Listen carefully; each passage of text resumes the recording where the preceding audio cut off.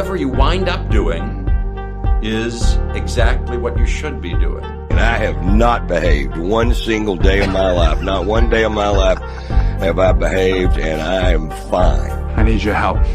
I can't tell you what it is. You can never ask me about it later, and we're going to hurt some people. Whose car are we going to take?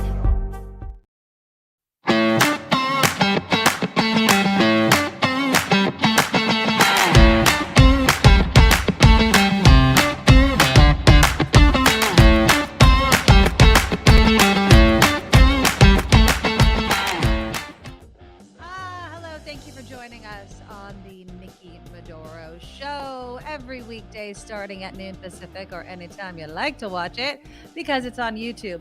And happy opening day. I have had it up on my screen. You guys know, I am not a big baseball fan. I like to go to games. I think it's so much fun to go to games. So the Giants, and I apologize, I closed my screen for the A's. But the Giants are in New York. They're losing 0-3 against the Yankees. Eek. So yeah, happy opening day for everybody if you're watching football, but taking some time to watch my show. I really appreciate it. I call baseball the napping sport because it takes too damn long. Although I know they have that whole clock thing that's supposed to speed up the game a bit and get it all going. You guys can let me know. Am I coming in low? Somebody's saying I'm coming in low. Can you guys hear me? I'll talk a little closer to the microphone. Let me also lower the music just a bit. There we go. Okay, so it is opening day. We have a great show coming up. And Ngaio Bealum is going to be back. We're going to make this a weekly thing. Of course, he's a podcaster, a writer, an activist. He writes a lot about cannabis use. But I'm just going to talk about current events with him, see what he wants to talk about, see what he doesn't want to talk about. I mean, we won't talk about those. We'll try to get in as much as possible. All right, let me take off the mic. Let me adjust my microphone for you guys. Is that a little bit better? God, I've never been heard. I've never been told that I'm too damn low. That's for damn sure. But let's just turn that off. Okay, so we're going to talk to Ngaio Bealum. There's a bunch of things to get to today. So some of them we'll get with him and some we'll just discuss on our own. See if he's a baseball fan. Go Giants, go A's. Go baseball. In San Jose, did you hear about the police officers union executive director that allegedly was selling fentanyl, selling opioids, sometimes through the office, sometimes using the SJPOA UPS account to ship these pills. Now, on one hand, she's being paid. She's on paid leave, which I always find to be so offensive for things like this. But you are innocent until proven guilty. And so, yeah, Joanne Segovia, she's 64 years old, right? And she's been accused. The feds are looking into her unlawfully importing fentanyl. Apparently, it's called Valoryl fentanyl, which is a fentanyl analog. Now, if she's convicted, she faces 20 years in prison. Now, at first when I'm like, oh, so, the cops never look at themselves, right? Never look within their own area. But I'll say this, obviously, if you work for the San Jose Police Officers Union, the association, I bet she has a drug problem. That's just my assumption. So not that makes it okay, but I'm just saying. It's really, really kind of a shocking story. And of course, this is in my hometown. All right. I'm seeing some baseball fans over here. Hey, before we get to all these stories and before we bring in Ngaio Bealum on in a few minutes, please click that thumbs up button. It costs you big nothing. Zero goose egg, but I need the thumbs up for the show. And so it's something you could do right now. Right now, just do it. Click it. It's simple. You could do it on your phone. You could do it on your computer. It's not that difficult. The super chat is also live. It's where you can just throw us some dollars. Let me just Jim starting us off with a $5 super sticker. Mwah. Thank you so much, Jim, for that. Yeah, and so you can donate to our show by using the $ underneath the live chat community, and you could throw us some super stickers, super chats. The comments I will always read. And absolutely, we appreciate every dollar that you guys can give. Now, if you can give more, if you can give monthly, please consider becoming a Medorable by going to thenikkimedoroshow.com and being a monthly Patreon subscriber. I appreciate so many of you. Oh, I'll get my email account up because a lot of you like to either join, become a new Medorable, or bump up your Patreon subscription. And I truly appreciate it. Look, I get it. Times are tough. And later on in the show, we're going to be talking about how much you have saved for retirement. So I get it. You know, I may not be at the top of your your bills, right? Like everybody has bills, but if you can, what I tell you guys is, you know, if you're here every day, think about what you'd be able to donate every day and then multiply that by like 20, 22, how many ever weekdays there are in the month. And that's kind of like, let's consider it like the tip of the day or whatever. So if you can, again, the nikkimedoroshow.com is our Patreon link. And of course, there's link to past shows to share with your family and friends. Our subscribers are going up. You may notice some more shorts that I'm doing before the show, kind of promote that as well. So you can share those with your family and friends and tell them, hey, subscribe to the Nikki Medoro Show. It helps us out. There's my email address, thenikkimedoroshow@gmail.com. You could use it to make PayPal donations. And then there's merch, including a blanket that I'm waiting for. I'm ordering it. I'm going to order the blanket and I'm ordering the sweatshirt. So if you want, I want to get the white sweatshirt because I wear so much black. And I really, really like the white sweatshirt as well, just to kind of switch things up. I was hesitant because my daughter steals all of my clothes. And then parents, you feel me. And she wipes everything on the front of her damn sweatshirts. So I was very tempted to get the black. I love the black. I might get that for my husband to wear because he loves black. So yeah, there it is. And it's a way for you to support the show. There's a blanket, there's AirPods, there's tumblers, there's coffee cups, there's all kinds of stuff. And it's a way to support the show. And we really appreciate it. And we have more merchandise that will be slowly rolling out and maybe pulling things off if they're not selling. And so we really appreciate it. And there's the website, thenikkimedoroshop.com. So simple to remember. So very simple to remember. Let me read some of these. You guys are touching on the baseball. I found this great article. The Chronicle obviously is covering opening day.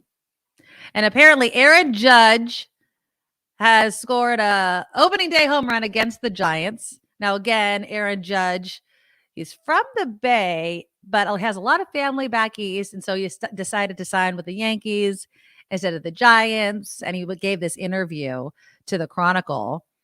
And he says, you know, the talks were great. I met a lot of great people with the Giants, great organization that I followed since I was a kid. And so it was kind of a dream coming true to get the chance to speak with them. But in the end, it just worked out for me to come back to the Yankees. And I'm happy with the decision. I'm wishing them nothing but the best over there in San Francisco.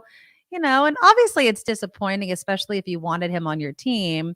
But yeah, he he decided not to sign with Gigantes, as many of you are calling them, but you know, we'll see what happens.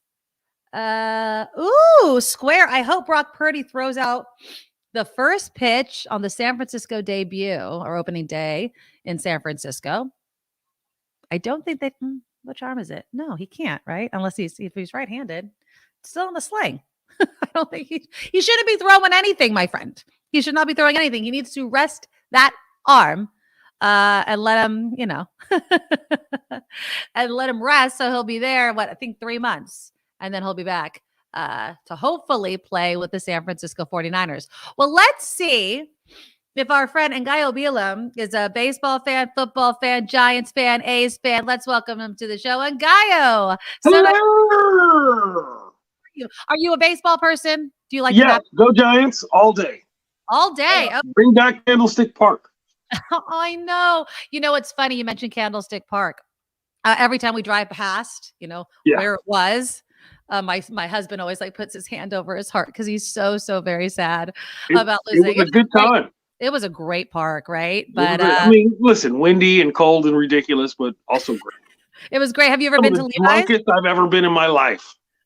Why do I have a hard time believing that? But I mean, the drunkest I've ever been at Candlestick? Probably not. It's a bit of a drive from my hometown of San Jose. So I don't think that, but. young me tried to go beer for beer with an Irishman. That was not a good idea. Yeah, so let me check the score really quickly. The Giants up. The Yankees have scored again. It's now It's 0-0. So It it's may not or a may good not time. be on the TV. Okay, yeah. Listen, these things happen. Yeah. There's 161 games left, and also it's the 7th inning, so they could still come back. They could indeed, absolutely. So go Giants! And where are the A's? The A's are in Southern California, I think today. I think I read that correctly. So Yeah, we'll see what happens. They play the Angels, I think, the Los Angeles Angels of Anaheim. I never know if that's because, again, I'm not a baseball watcher. I watch football. So Niners, of course. Okay. Hello, there is no other Bay Area team. I have 2 favorite football teams. Okay. The San Francisco 49ers. Okay. And whoever's playing the Cowboys. Very true. Or okay, well, I have a laundry list. I've ever rooted for the Raiders, so I'm always against them. I'm always against the Seattle Seahawks. Why are you against the Raiders? Oh, because I'm a Niner fan. But I am not one. No. conference. I am not. Oh, it doesn't matter. It does not matter. You are either in my mind. I'm not even going to argue this with you.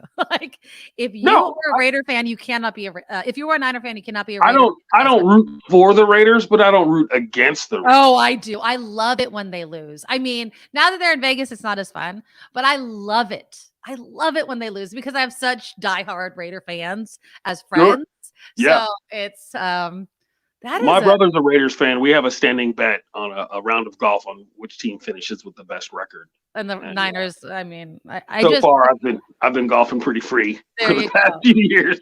Exactly. I mean, I have a lot of Raider fans that listen to this show, and they get mad at me when I say stuff like that.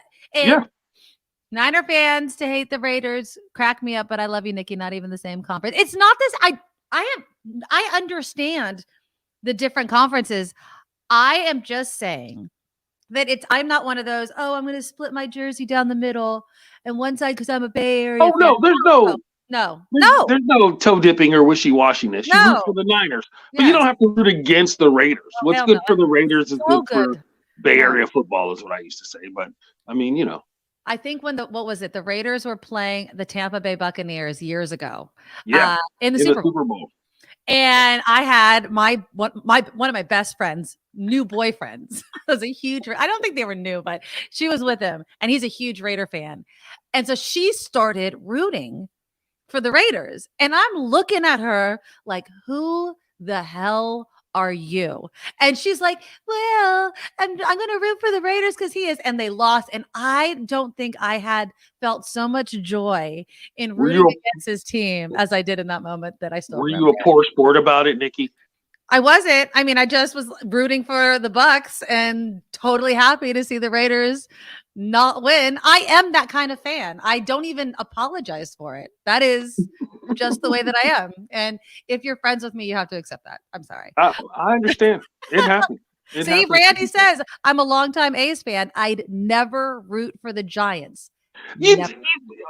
That's fine. You don't have to root against the Giants. That's the fun I was at Candlestick Park for the earthquake. Were you? Yeah. My mom used to work for Bob Lurie back when he owned the team, so we had pretty good seats, and it was a little scary. Everybody thought Candlestick was going to crumble into the sea. Yeah. So there's 5 seconds where we're like, whoa. Yeah, that is. You hear people because born and raised in the Bay Area, I know a lot of people that either were at the game or close by. And I mean, obviously it was a tragedy, but the stories that come out from people that were there and who they talked to and all sorts, that's crazy. It could have been a worse tragedy if you think about, because it happened at 5 o'clock. Oh, so yeah, like absolutely. The dead of rush hour. And so if the Giants and the A's weren't playing in the World Series, there'd have been way more people on the freeways. But as it was, people were like in bars and at other places. And watching TV and everything like that. Yeah. So, well, I'll say go A's. I'll go A's, go Giants because I'm not a baseball fan. How about that? I mean, I'm not a huge baseball fan. So go Niners, go Sharks, go Warriors. We can all agree on the Dubs. There you go. We can absolutely do that. I'm going to call it right now. They're going to win the championship this year. Who? The Golden State Warriors. They're not looking too good, Bro. I'm not a big basketball. I just went there and they won at the game that we were at with the 76ers. But that was a good game too. That was a good game. I was really, it's funny because I'm not a basketball fan, but my daughter was doing the halftime show because she's a cheerleader. And so her cheerleading crew was out there doing it. And so we got to do the pre-game shoot, go down and watch that, which was really cool. And then we went to the nosebleeds where our seats were. Sure. And I told my husband, and it's kind of scary in all honesty. The rate on these new stadiums is crazy. My daughter I don't even know how old people get to sit in the nosebleed seats. They can't even walk up there. No, I think there has to be a special zone for those that can't watch. But yeah, I was going to leave the game. I was like, look, if they lose and it's bad, we have a long drive home to San Jose. We could bail early. But it was such a good game. I was like, we're not leaving at all. So It was awesome. That's awesome. Yeah, congratulations. All right. Well, let's get into some headlines. All right. I want to get your take on, well, I don't want to. Obviously, what happened this week in Nashville is really, it's a tragedy. We talked about it a lot, obviously, since Monday. I want to show you this video, though, okay? And where is it? So there was some tense moments. With Rep Bowman. No, it was with Massey. Did you see the video with Massey? Massey and was it Bowman? Oh yeah, it was Bowman. You're absolutely right. You're absolutely right. So I was focusing on what Massey had to say. So let me show the video first, so people that are watching know what we're talking about. And I understand the passion.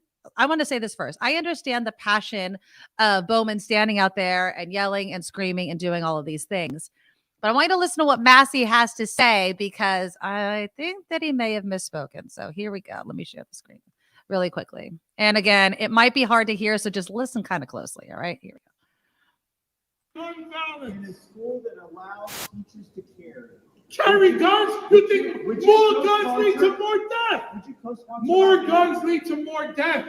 Look at the data. You're not looking at any data. You're carrying the water for the gun lobby. No. Look at the data. More guns lead to more deaths. Guns, states that have open carry laws have more deaths. In every school that have open carry laws have more deaths. There's never been a shooting. Are you listening to what I'm saying? Yeah, calm down. Calm down. Children are dying. I know. 9-year-old children. Because the solution is not arming teachers. Have you ever worked in a school? Have you ever worked in a school? All right, so that's basically, that's the debate back and forth. Are more guns the answer, or fewer guns the answer? More guns aren't the answer. Now, I used to have a bit in my act about how, since we're not going to regulate guns, we should just give everybody a gun starting in like 5th grade. And I mean, after the initial round of killings, we will have a smaller, more polite society. That's clearly not going to work. That's I was making it as a joke, but people on the Republican side are taking it seriously. Like, everybody should just have a gun. Everybody should just be strapped all the time. It should just be the freaking wild, wild west out here. And just, whatever. You get cut off in traffic, you get to shoot at a dude. Somebody gives you side eye when you're standing in line for a movie, you get to shoot at a dude. That's what's happening. This is not going to work. Americans don't know how to act sometimes. And it's a shame. And I don't think that getting rid of AR-15s is really abrogating, that's a fine word, or getting rid of people's rights to own a gun. And also, I feel like the biggest thing that people miss when they deal with the Second Amendment is the words well-regulated, a well-regulated militia. So these cats aren't well-regulated. It's not regulated pretty much at all. Anybody with mental illness or domestic violence issues or any sort of thing can go get a gun in a lot of these states. And it just seems rude. It's not polite. No. Uncivilized. But the question of, what Massey was saying, in every school where teachers are allowed to be armed, there hasn't been a school shooting, isn't true. I mean, so I went to usconcealedcarry.com. So it's a pro concealed carry place. And Tennessee, I mean, obviously, most of them, you need permission from the school. They need to know that you're carrying a gun. In Tennessee, where they just had a school shooting, it even says only in private schools, which this was. Now, I don't know Covenant Schools gun policy or anything like that. You need still permission. But I'm looking at this list, and there have been school shootings in states that allow teachers to carry guns or other school personnel. So it's not, this argument is it's a falsehood, and he's spewing it Listen, they keep putting more police in schools, right? Well, they call them safety resource officers. Right, and aside from arresting 6-year-olds for minor offensive, they haven't stopped one school shooting, right? That's not what's going to stop school shooting. And this is the thing. We're out here treating symptoms and we're not dealing with the disease, right? Yep. So you talk about alienation of people. You talk about mental health care. You talk about universal basic income. You talk about ways to help people. We love to spend the American government loves to spend billions of dollars figuring out ways to kill people. Look at our defense budget, right? How much money do we spend on helping people, right? Exactly. Welfare is a minuscule amount of our budget. Education is a minuscule amount of our budget. Helping the homeless is a minuscule amount of the budget. And the way we do it is not effective. So, like the Onion headline says, there's no way to stop this, says the country where the only country where this sort of thing regularly happens. Yeah, exactly. It's BS and it's ridiculousness and it's pandering and it's rude. But here's the thing: like my years of activism, I've learned so many things about city councils and governments, and the biggest one is this: you can't expect common sense and science to carry the day, because I don't know how many times we used to show up with our charts and our figures and be like, cannabis legalization will help with this, and cannabis legalization is good for this, and it doesn't make any neighborhoods worse. In fact, it makes neighborhoods better because cannabis clubs really care about the community, blah, blah, blah, blah, blah. And they all go, oh man, these are all very well reasoned and super thought out arguments, and we agree with you on a lot of these points, and then they vote against you. Right. So. And that has to be political. That has to be their own personal fear of the consequence of supporting logic, science, facts, common sense. Oh, my thing is, you know me, sometimes you got to take the loss to do the right thing. So whatever, right? Yep. I mean, how many Democrats were unelected after they passed Obamacare? And yet Obamacare is one of the greatest legislations we've had in this country in years and years and years, right? And cats did it knowing that they were probably going to lose their next election for voting for it, and yet they still did the right thing. And sometimes that's what you have to do. And if you're a good politician, if you're a good Republican, you can always spin it. You can be like, listen, I don't want my kids in school to die. You can't just be homeschooling your kids all the time. And that's, Oosa. Yes, I know. It's so hard. It's so hard. It is so hard to stay calm and to have rational conversations when you know and I know it's going to be the same conversation. Like that's what drives me nuts, is that I was saying on Monday and Tuesday, I could just pull the last school shooting show, air it, and people may not know the difference. Just the location is different, right? Yeah. I mean, it's the same crap all the time. Every time. And then look at this guy. So did you hear what Congressman Burchett said? He's from Tennessee, and he was like, "We're not going to fix it." Like he just doesn't care. Didn't he say we're not going to do shit about it? No, we're just not going to. You're like, we're not going to do it. And no, but now listen to this. He's on Fox because he's been getting a lot of attention because of it, of course. Sure. And this is his answer. He was also the guy with the Christmas card with all his whole family carrying guns, right? I think that was him. Was yeah. that him? Yeah, that they was him. Do that. Okay, like look at this guy. Here we go. Oh, play. There As we go. I've stated, in this country, we're a sick nation. We are a sick nation. We need to repent, and honestly, we need a revival. It's made a lot of people mad that I've said that, but it really is. There's no other answer for it. Why is it making people mad? Like she doesn't know. I think, they come back to me and say, Burchett, here, look what your prayers have done for us. And the people doing the praying aren't the ones doing the shooting, ma'am. And it's just a very unfortunate. They're not? Situation. Right? Like he knows that? Because homeboy at that church, where was it Georgia? When homeboy showed up at the church and prayed with everybody and then killed them? And then, yeah. Praise the Lord and pass the ammunition. I believe that's a song. And he's only talking about certain religions. He's not talking about all religions. He's not talking about all prayer. I'm sure as soon as the Satanists show up and want to pray for an end to school violence, he'd have something to say about that. Exactly. It has to be. I mean, and again, I always kind of tiptoe when we talk about religion and this sort of thing, because I do believe in God, but I also do believe that people manipulate their religion to make political points, and it's BS, so, and I hate it. And I hate that it's not called out enough. That's what pisses me off. People get very thin skinned when you threaten some, these are deeply held beliefs, right? Cats have held on to these beliefs about God and Jesus for years and years and years. And there's nothing, I believe it was Gandhi who said something like, I really quite like your Christ. Your Christians are a little troublesome, though. Yes. Yes. So, exactly. Right? I mean, if we're spending our time trying to be like Jesus, then we should be feeding the poor, right? We should be foregoing our worldly possessions. What does it profit a man to gain the world if he loses his soul? You understand? Right? We should be helping those less fortunate. We should be dealing with equity and equality. Jesus hung out with poor folks and sex workers and reprobates, right? Like, he was very upset about all the money making in the church. He's the guy who showed up and took whips to the moneylenders. So if you're trying to lead a Christian lifestyle, you need to start acting like a Christian, right? Turn the other cheek. Thou shalt not kill. These are all these sort of things that are in this book that they talk about all the time. And, actions. Yeah. Talk does not cook rice. I love that you're bringing up kind of turn the other cheek, because there's another issue that caught my eye, and it's this question of, should we avoid or should we kind of do outreach?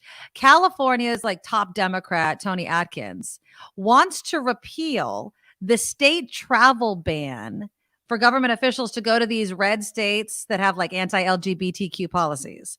Instead, she wants to go out there and kind of do outreach and do the olive branch. What do you think about that? Because obviously if we do state travel there, some people might say that's kind of a support of the policies or not a protest of the policies. If you want to go to Florida or any of these weird ass states, and don't get it twisted, I love Miami. I got a lot of homies out in West Palm Beach. Shout out to Uncle Funny's Chuckle Hut in Plantation, Florida. Still one of my favorite clubs out there. As a private citizen, that's on you. But I don't think as a state we should be supporting these sort of things. It's antithetical to the California vision. You understand, right? California culture is supposed to be one, and this may be California coastal culture, because once you get to Bakersfield and Fresno, or up toward Plumas Lake, or out toward Redding, it gets a lot different. It totally gets a lot different. I've been all over the state. I've played all kinds of towns out here.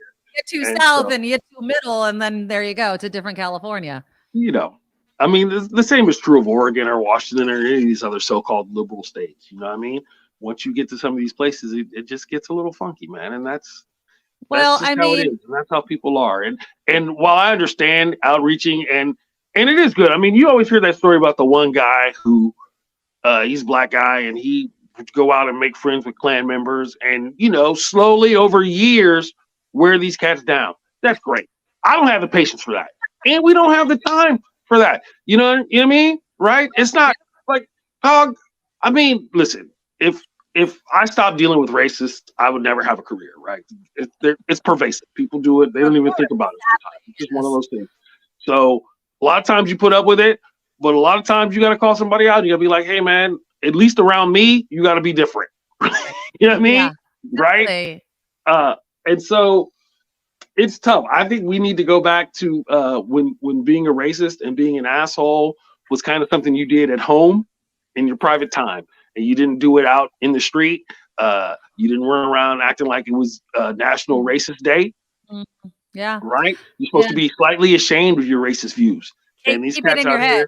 Yeah. Keep it in your head. We all have weird thoughts about everybody's a little xenophobic sometimes. Everybody has some prejudices and some cultural biases, right? We all have them about certain things. But you're supposed to keep that shit in your head. You're not supposed to be out here advocating for ridiculousness. It's un-American. It is. It's un-American. Superman will tell you all about it. Read the comic books from the 50s and 60s. Superman was breaking it down for everybody. Captain America will tell you all about it too. There you go. Yeah, I know. I mean, it's one of those things where when you hear politicians saying, we don't want Californians in our state, we don't want that's un-American. It's this othering of people we need to just stop with. Californians probably don't want to go to your state. You got weird laws and you don't have legal weed. So, I mean, I love it. How long do I get to keep you? Can I keep you? How long do you need me for? I got a few more minutes. All right. Let's do a couple more. Kim's going to do some news in a couple of minutes, but I had one more because you were bringing up cannabis. Only 4% of Napa tourists, this headline reads, are Black, except at this winery. So, do you drink? Are you a wine connoisseur along with your cannabis, or are you just strictly cannabis? I'm a little fancy in my wine pants. My homies do a comedy wine tasting crawl in Napa that I performed at a couple times, and that's a good time. I love a good Tempranillo. I'm a fan. I like a bold, fruity red with a little hint of spice. And I'm down with a few Chardonnays. I like them a little fruity up front and not too woody in the back. Yeah, I don't like too many tannins that in the back of your neck. I don't like that. Have you ever had Brown Estate wine? Who? Brown Estate. It's largely devoted to Black wine lovers. It's in Napa County. I guess it started around. It wasn't even on social media until 2015. That was when that wine train kicked out a bunch of Black women for laughing on the train. Or you remember? I remember that. Yeah. Don't be a little drunk and have fun on a wine train, everybody. It's kind of weird. Yeah. So Brown Estate, it's on Coombs Street in Napa, and apparently they're doing some really good business by targeting, Black people that love their wine like you do, Ngaio. So, my brother loves his wine. I mean, I'm mostly a stoner, but I'll definitely have a glass of wine with a nice dinner or whatnot. Oh, yeah. Or cake. Yeah. Or a nice chicken dish. I like to read the wine list when I'm at the fancy restaurant and be like, I know what I'm talking about and looking at. Yeah, sure. I swirl it around. I know a little bit. I can look at the legs. I took a class. You sniff it from top to bottom, and then you just start making up things. Oh, cherries and feces, or whatever. Yeah. You can actually say feces. It's a tasting note. You can be like, it's earthy. It's earthy. It smells like food. Earthy. There you go. Well, check it out. Anybody that likes their wines and up to Napa regularly, Brown Estate is it. Now, last thing before I get to the news, I let you go. I was on Twitter today, and there was a thread going around about movies people hate that other people loved. Yeah. And it started with Forrest Gump. Oh. And you added to it, and you said Forrest Gump is terrible. And you said Heat. Oh, that's what I was going to ask you. I'm like, did you mean Forrest Gump 2 or just Heat? How could you? Both of those movies are objectively bad. You are terrible. Forrest Gump is a great movie. Wrong. Forrest Gump is manipulative. It's worse than Pixar. It's trying. At least Pixar manipulates your emotions like a true Pisces or a Cancer, where they just really, you can't tell that they're manipulating you, and then all of a sudden you're ugly crying in front of strangers on an airplane because you're watching Coco. That's different. That's different. Forrest Gump is so shamefully trying for an Oscar. Everybody is acting with a capital A, and it's too much. It's not organic. It's not natural. It's clearly designed for we're gonna win Best Picture, and they're all working toward that, as opposed to we're gonna make a picture that's really great and beautiful and lovely. And it's got some funny parts, sorry for ruining your Black Panther party, and the scene in the rain and all that stuff. And the scene where Bubba's explaining all the different kinds of shrimp. It's got moments, but overall and objectively, it's not a great movie. And also in the book, Forrest Gump himself was kind of chubby. Right? You wanted him to be chubby? He wasn't Tom Hanks. Listen, chubby. I understand that movie universes are different than book universes. Me and my daughter used to argue that about Harry Potter all the time, right? And I try to explain to people all the time, the book universe is going to be different than the movie universe. But Hollywood can't help it. They think that Daryl Hannah in glasses is ugly, right? They had back when they did. Oh, what was the movie? It was The Hotel New Hampshire. When you read the book from John Irving, the Susie the Bear in the book is physically ugly. That's one of the things that they describe her as. She's just an ugly outside. In her heart, she's beautiful, but outside, objectively, according to European beauty standards, she's an ugly woman. So they cast Natasha Kinski and tousled her hair. Well, it's because it's a movie and not a book. Yeah, you can still cast ugly people in movies. Watch The Killing. There's still movies where people look like people, right? Yeah, and who's the it's not like I'm Idris Elba or whatever. I'm kind of sexy. I got my own vibe. Yeah, there you go. But it's a thing. It's a thing. I didn't know this, though. Forrest Gump is the reason Shawshank Redemption went without an award. That was just wrong. Shawshank Redemption, I will say, hands down, one of the best movies, in my opinion. Way better than Pulp Fiction also came out that year. Did it? Maybe not the best movie, but better than Forrest Gump. Yeah, and I've watched Pulp Fiction a lot more than I've watched Forrest Gump, mainly because Forrest Gump is too damn long, and I just have a thing with too long of movies. Although this past weekend, a movie I watched, American Gangster with Denzel Washington and Russell Crowe, That's a pretty good movie. I watched the unrated because it made it even longer, but it was totally worth it. That is a brutal movie. Denzel Washington's a badass John in that Wick movie. 4 is out in theaters now, and it's 2 hours and 49 minutes long. I'm not watching that movie. That's not happening. I'm gonna go. I'm gonna be. You're gonna go? Oh yeah. Oh Wear yeah. the diaper and just go. I can't get the large soda. There you go. I'm gonna have a very small soda. And we'll just have to chew gum to deal with the cotton mouth. Exactly. I'm gonna go, and I'm gonna be high as hell because it's John Wick.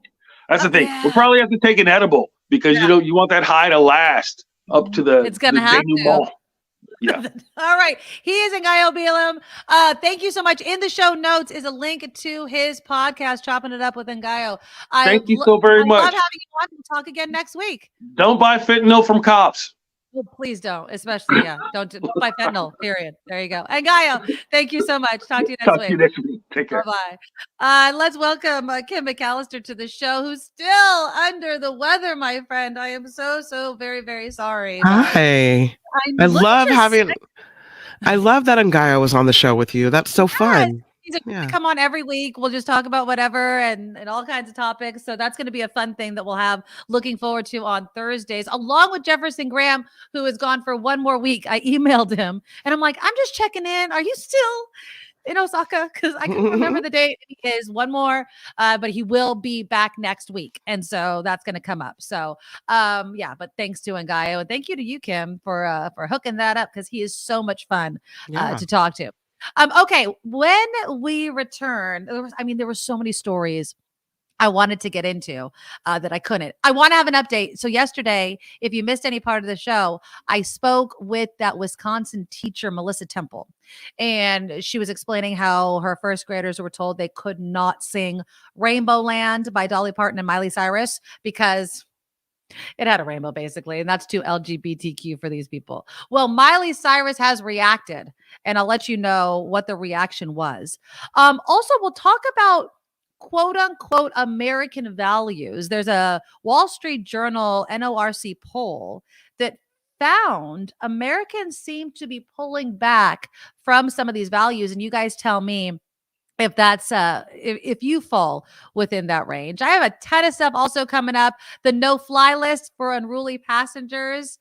How far do you have to go before you lose privileges on an airplane? You guys let me know in the comments. That plus so much more coming up on the Nikki Medoro Show. Now, from around the world to up your street, the Nikki Medoro Show presents News Czar Kim McAllister. We will get right into the news because the Pentagon is confirming now that an investigation is underway after 9 soldiers died when 2 Army Black Hawk helicopters crashed on a training mission. It happened near Fort Campbell, Kentucky last night. During a planned training mission, every soldier on board those choppers died. Again, 9 of them.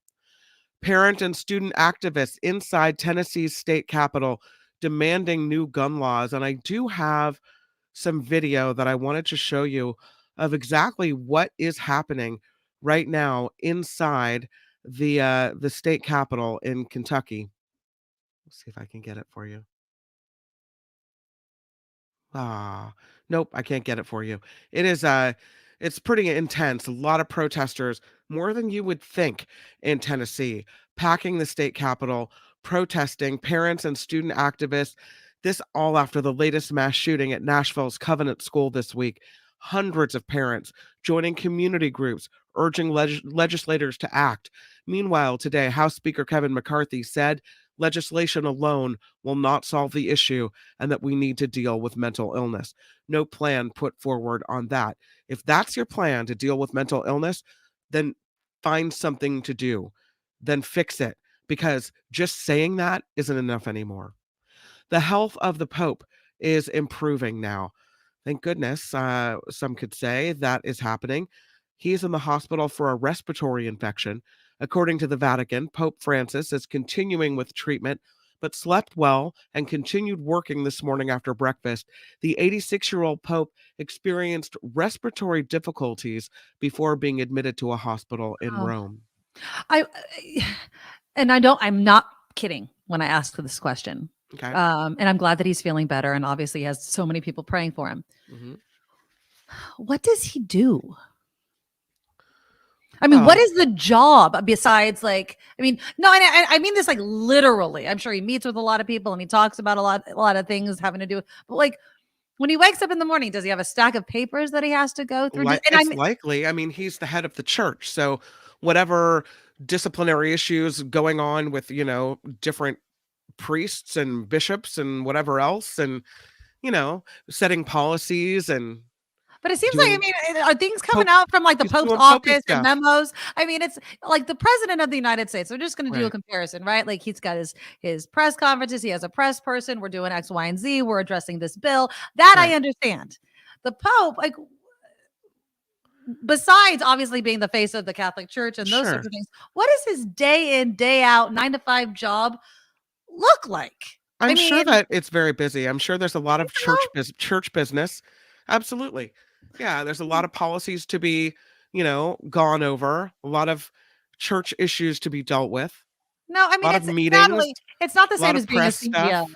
Is it? Okay. I think so. I think it's a big job. Yeah. Oh, I'm not saying, no, let me be clear. I'm not saying it's not a big job. I'm just really curious. Like he got back to work. Well, what are they making him do? Like that he can't delegate to other people, especially when he's not feeling too hot. But yeah. Oh, we'll see. Oh, I'm gonna do a little bit of digging. See People what the in the chat are disagreeing. People saying I'm an idiot. Thank you, Bertastic.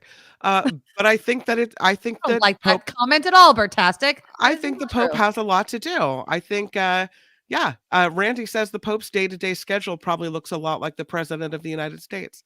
Yeah. I think he's got a lot going. Maybe he can delegate, but I think his job is definitely busy. Okay. All right. That's Kimbo. Yeah. I don't know. I don't know either. I'm not Catholic, but hey. The White House is warning Americans not to travel to Russia after reports that Russian authorities have detained a Wall Street Journal reporter. Here is a picture of 31-year-old Evan Gerskovich. He is a U.S. citizen. He's based in Moscow, reporting. He is denying charges. He's being held on suspicion of espionage.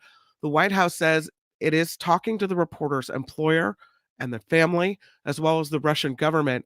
Russia's main security agency says, this is an American who is likely committing espionage in Moscow. So, it's one of these situations. I hope it doesn't turn into another Brittany Griner type of situation. And there are still warnings not to travel to Mexico either. This is a Federal Bureau of Investigation now offering a $40,000 reward for information leading to the recovery of this San Mateo woman. She was kidnapped in Mexico last year. Her name is Monica de Leon Barba. She was working in Tepoztlán, Jalisco, Mexico on November 29th of 2022 when she was kidnapped. Again, she is a U.S. citizen. She was born in Mexico, but she lived in San Mateo. Her family reported her missing to the U.S. State Department at the time of her disappearance in November. She is described as 29, about 5'7", 240 pounds, brown hair, brown eyes, although here it looks dyed blonde. $40,000 reward being offered for Monica. More than half of California is now out of drought. That is the good news. So take Monica down there. That is the good news, but the best since early of February of 2020, just 2% of California remains in severe drought or higher. That's the best since April of that year. Most of the weekly gains were in Northern California, but 97% of Los Angeles County is now out of the drought completely, and that is a 21% improvement from just 1 week ago. Remember this guy, Nikki? Who can forget? Oh, yeah. Shaman Man. Capitol rioter known as the QAnon Shaman. Shaman, that's right. That's released from federal prison early and going to a halfway house. Jacob Chansley was moved to community confinement, according to the Bureau of Prisons. His attorney said Chansley served 11 months in solitary before his sentencing, followed by 16 months of his actual 3-year sentence. So he is now in a halfway house and not behind bars anymore. And if you have been following what's going on today, we know baseball is back, baby. Yeah. Major League Baseball opening day features a full slate of games. The first two were underway. It was the Atlanta Braves against the Washington Nationals and the San Francisco Giants against the New York Yankees. And here's something. I wish I could have thrown this up to Ngaio, but this is a Southern California fast food chain called Fat Burger. Preparing to offer ketchup with a little something, something extra inside. It is the first of its kind condiment infused with cannabis. Each packet contains 10 milligrams of THC in your ketchup. So I don't know if that costs a lot extra or... So wait. Are you telling me that this is like a condiment that anybody could put on their food when they go get a Fat Burger? Well, probably not kids. Well, who decides that? Like if I go and I order a meal, how do they know that I'm maybe you have to order it special? That just seems really like, can I have a Fat Burger and can I also get a special order of cannabis ketchup?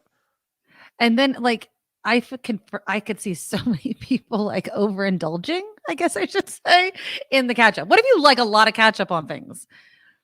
Well, that's a lot of cannabis. You know what I mean? Is 10 milligrams a lot? This is where we need Ngaio. I don't know. Yeah, no, 10 milligrams, I would say, is plenty. Oh, okay. I would say that's plenty. So. Well, that's a nice little meal for you then. Yeah. And, it's kind of genius because then if you get the munchies and then you stay in Fat Burger and then you eat more and then it just becomes this never ending cycle of you just eating and eating and eating until you fall asleep. Oh, no. Well, enjoy your Fat Burger while you're awake. I'm Kim McAllister on The Nikki Medoro Show. There you go. Thank you so much, Kim. Yeah. Square says the ketchup bottle converts to a bong. Yeah, I don't know if that's... I understand that it's legal and you can do those sorts of things and that, but I don't know how I feel about... Let people just add cannabis to their own food at home.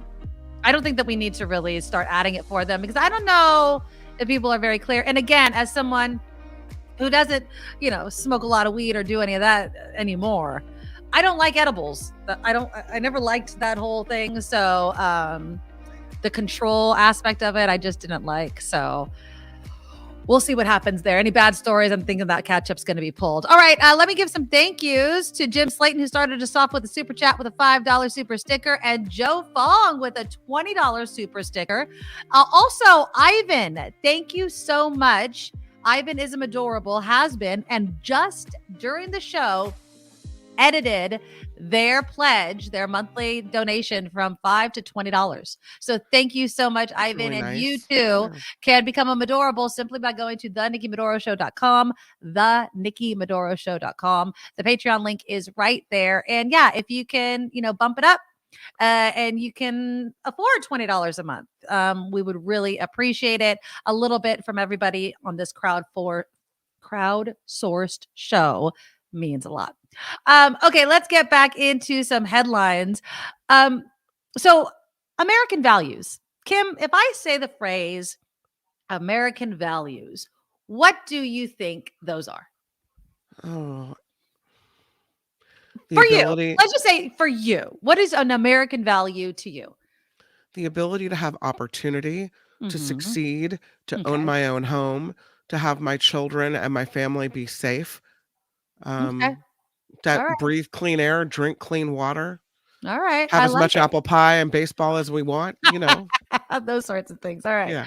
Well, apparently, America is pulling back from the values that once defined it. That, according to the headline from the Wall Street Journal and an NORC poll. I'm going to show you this image that I pulled from that poll. Here we go. This is a value survey. Oh, it's small. I wanted it to be bigger. All right. 38% of respondents to this poll said patriotism was very important to them. 39% said religion was very important. And as you could tell by those arrows, that is a sharp decline when both were at or just above 60%. Apparently in 1998, when it was the highest, 70% deemed patriotism to be very important, and 62% that said that of religion. Some people, like that congressman who said we're just not going to fix gun control in this country, they point to religion, the decline of religion as the problem with this country. Others would say maybe the influence of religion is the problem and people using their religion for political gain. The share of Americans who say having children, involvement in their community, and hard work are very important values has also fallen. Tolerance for others, which was deemed important by 80% 80% of Americans as recently as 4 years ago has fallen to 58%. That is the one that concerns me the most. Tolerance for others went from 80% 4 years ago to 58% now.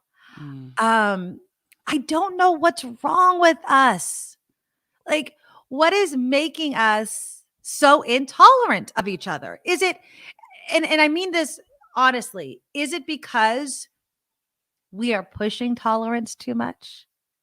Is it because it's moving too quickly for some people? I don't know what it is. Like, how can you take a phrase like, should you be tolerant of others? That is very important. And 80% said yes 4 years ago. And now people are like, you know what? Almost half are like, it's not that important. I don't need to be tolerant of you. And then I wonder, is it because tolerance only goes so many times one way? Like, should we be more tolerant of people that do think that homosexuality is a sin? Should we be more tolerant of people whose views about gender identity differ from ours?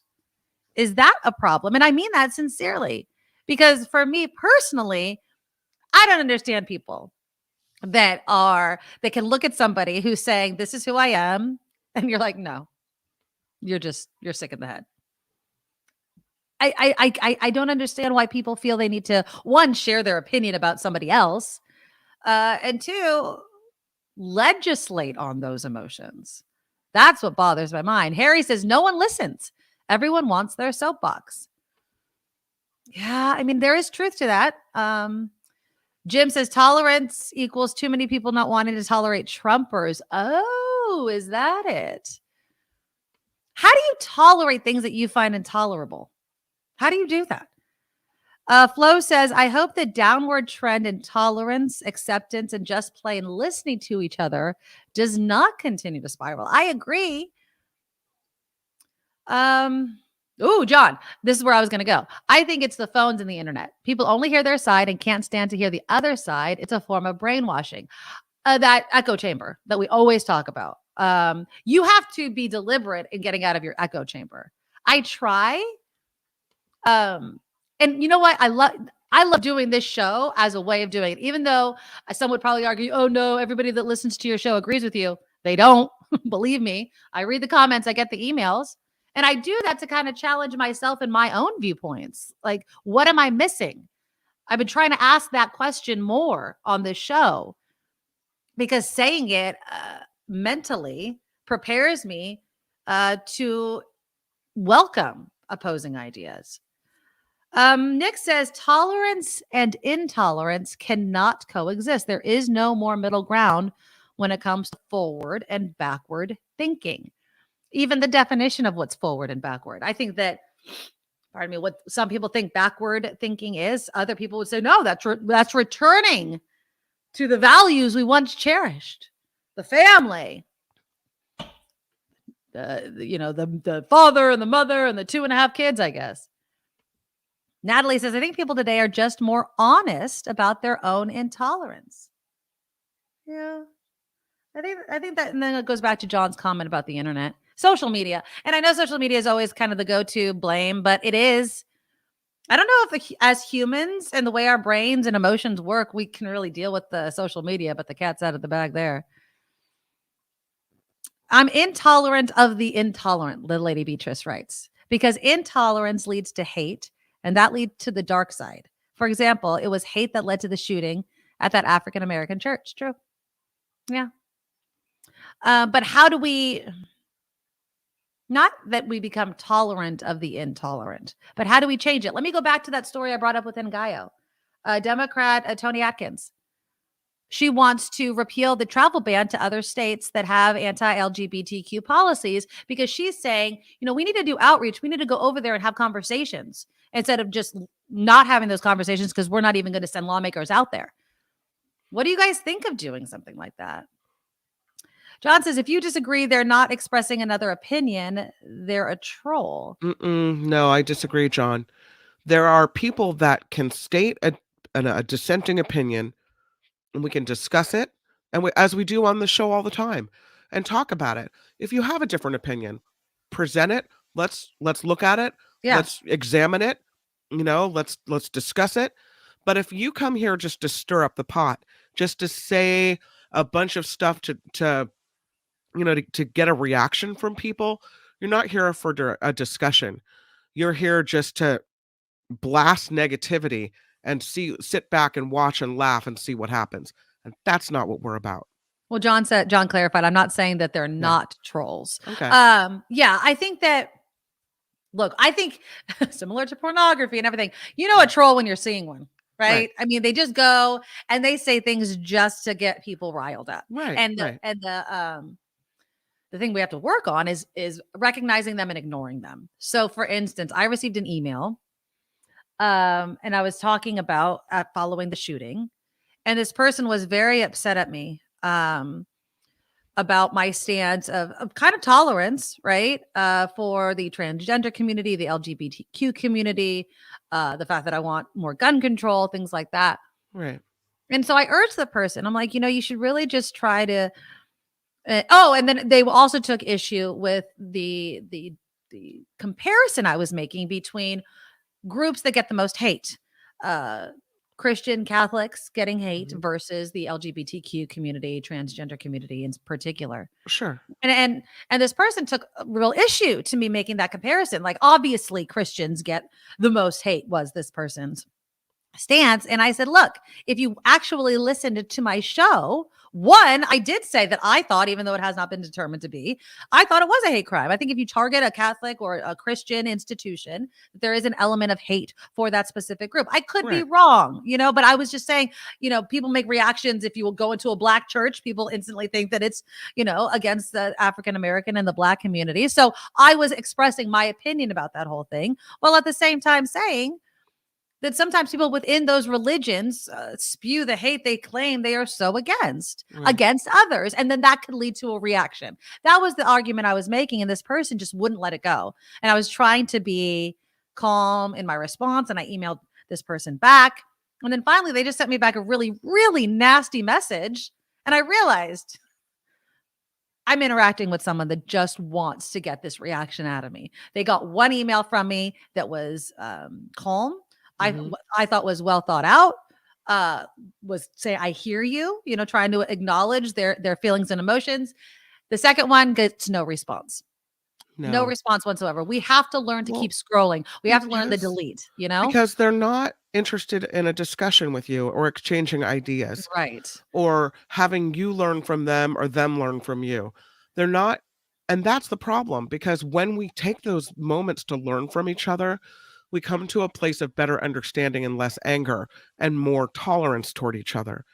But if that person, all they wanted to do was inflame and push their thoughts on you and not have a discussion about it, then what's the point of engaging in a discussion that is not welcome? Yeah. And again, a lot of them just get off on getting the reaction. So they'll say whatever hateful, terrible thing, like, oh my God, I have to respond to that now. Ding, they win. No. They win, so we have to play. Yeah, it's tough. Nick writes in, that perspective only allows intolerance to fester, like Nikki was saying earlier about echo chambers. Hatred and bigotry must be exposed and called out. I agree, Nick, but I'll say this. Once, and that's why I was saying what I said about the email. I will respond to you if I feel that it needs to be responded to once. And then if you keep it up, you've made your opinion known, I've made mine.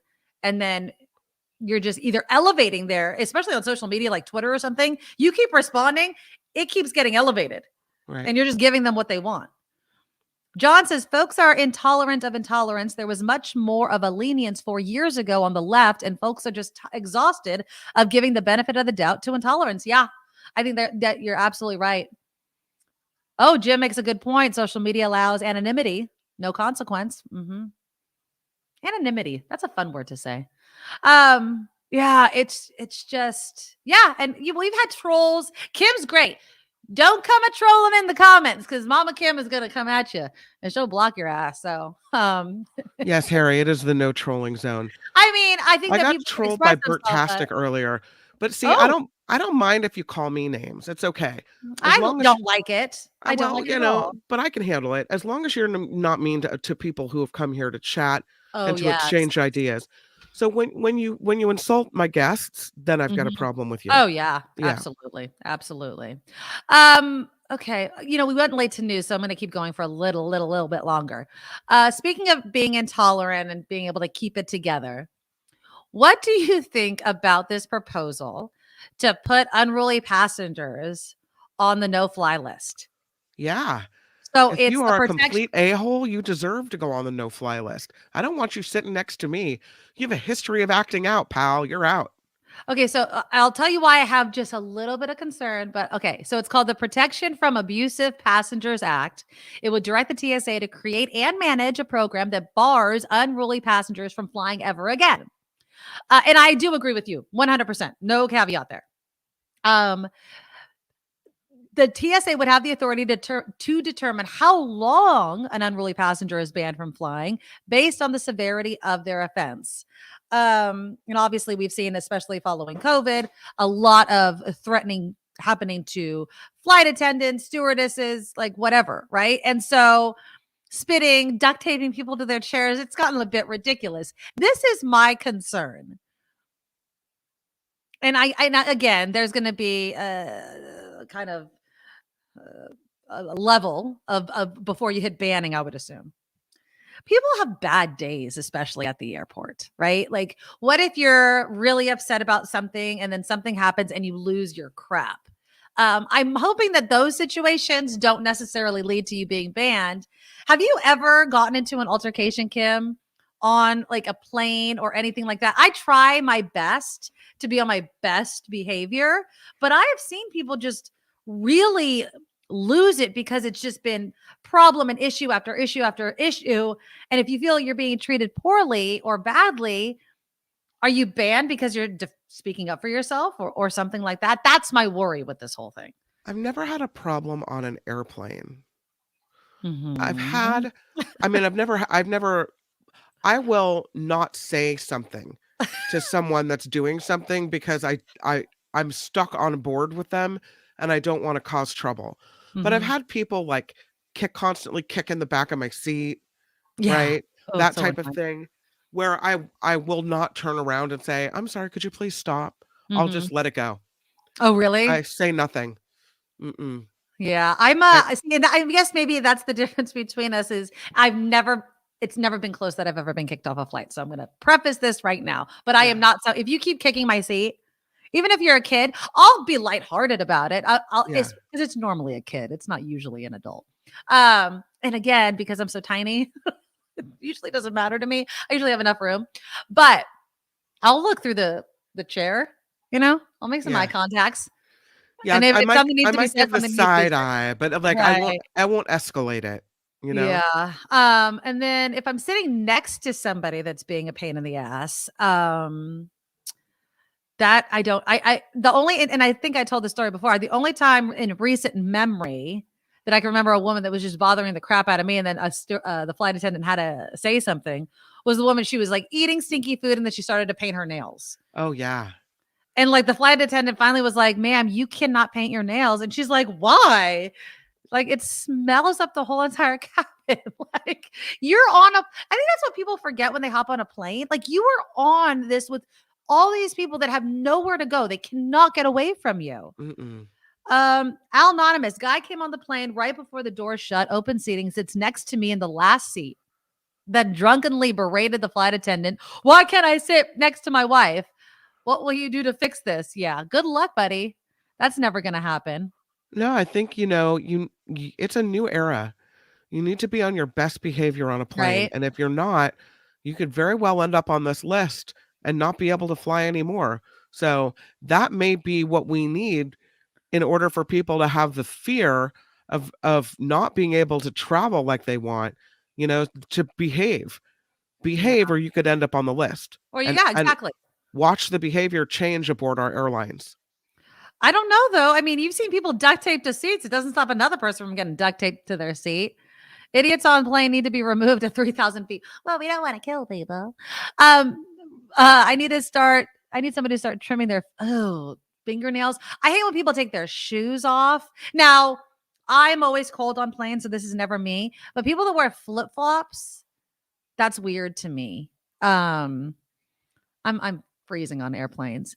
Now, here's a question, Kim. Ron writes in, I travel a lot alone, and I'm often guilted into not moving seats with someone who did not plan better. So you won't move, Ron, I'm assuming.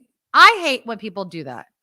If you want to sit next to somebody, then buy the seat next to them.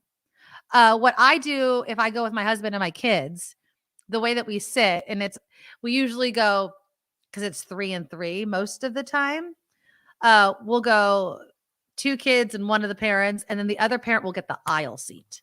Right. And that way the adults can kind of talk over the aisle, and then the kids can bicker and do all those sorts of things. And then we take turns on who has to be with the kids, because sometimes it's boring and sometimes it's not.